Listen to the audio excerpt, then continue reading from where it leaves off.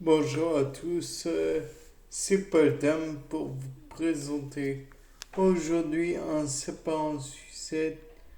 Et aujourd'hui, je pense que bon nombre de personnes vont se rendre compte de la chose, puisqu'elles l'ont sûrement vécu en période de fatigue intense ou de stress intense.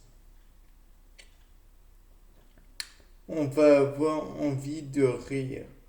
Et le pourquoi, j'imagine. J'imagine que d'un côté, le rire a cette, comment dire, cette particularité de d'éjecter, entre guillemets, d'éjecter ou de décorporer la peur de la personne. Elle, elle envoie un signal à tous les autres. Je ne suis pas dans mon état normal. Mais via la bouche. Donc, comme l'a fait remarquer plusieurs fois la Bernard Werber dans ses multiples romans,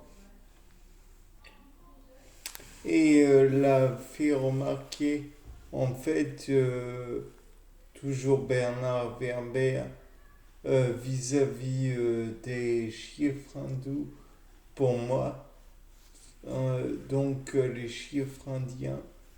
Euh, le 3 est à la fois une bouche pour mordre et pour embrasser.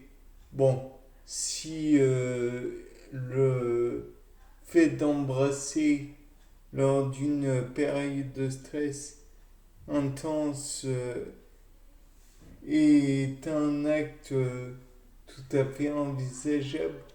Le fait d'être agressif est aussi envisageable. Voyez par exemple lorsque l'on est en train de se faire injecter des corticoïdes. Donc c'est un médicament, tout ce qu'il y a de plus efficace. Mais le fait est que les corticoïdes rendent agressif. On dira qu'on a envie de mordre tout le monde.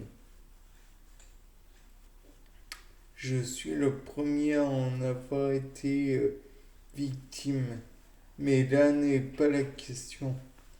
De plus, quand on est des corticoïdes, on a très faim.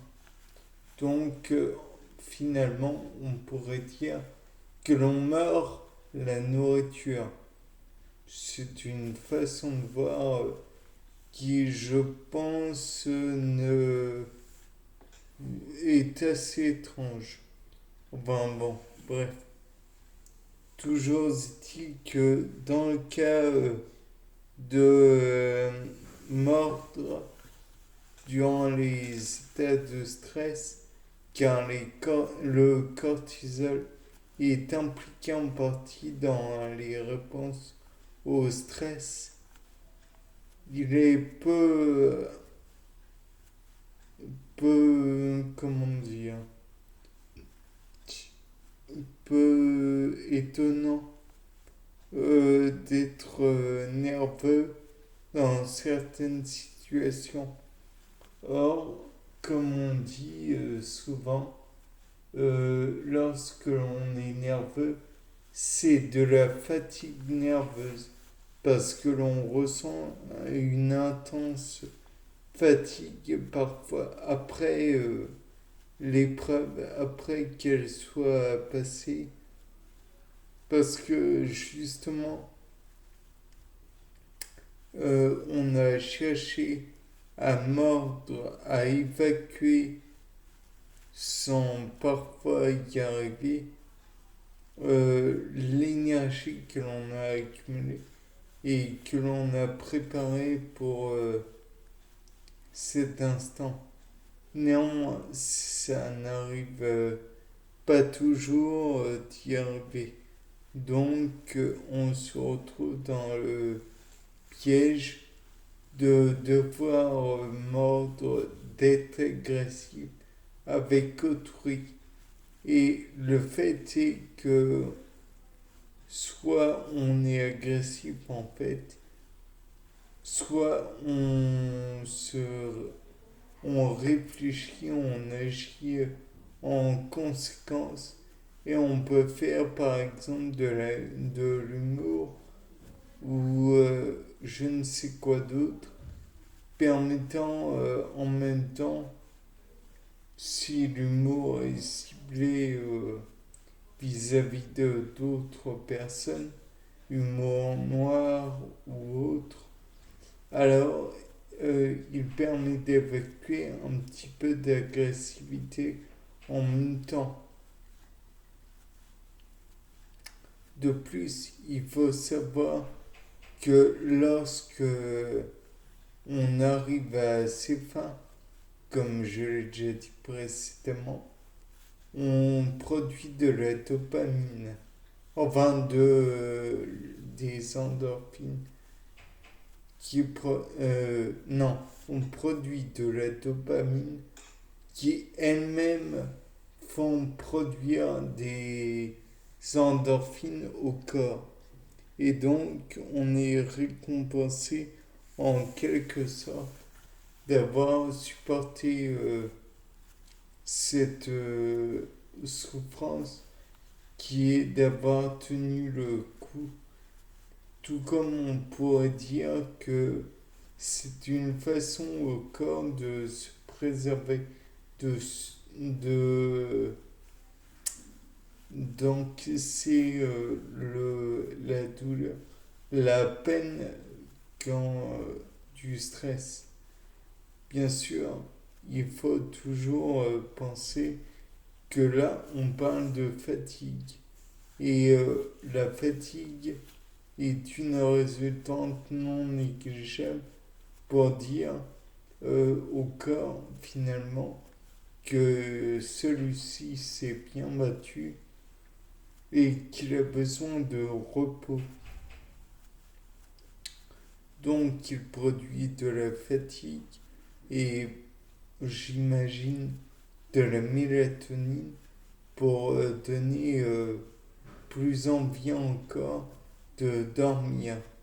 Et donc, à terme, on ressent un intense sommeil. De plus, il faut rappeler que endorphine, globalement, très globalement, c'est de la morphine produite par le corps. Donc, si on produit nous-mêmes de la morphine, il ne faut pas s'étonner d'avoir envie de dormir, puisque la morphine a cet effet non négligeable, on ne peut pas passer à côté, en somme, de donner envie de dormir. Vous voyez par exemple la 3-méthylmorphine que l'on appelle plus communément la codéine. Elle donne, pour certains du moins, envie de dormir, ou du moins, elle les pousse à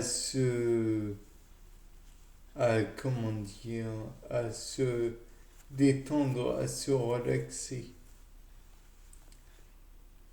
Et j'imagine que d'autres molécules actives peuvent donner ce besoin de se détendre, de se relaxer. Bien, c'était Paul Dame pour nouveau. C'est pas en sucette. Au revoir.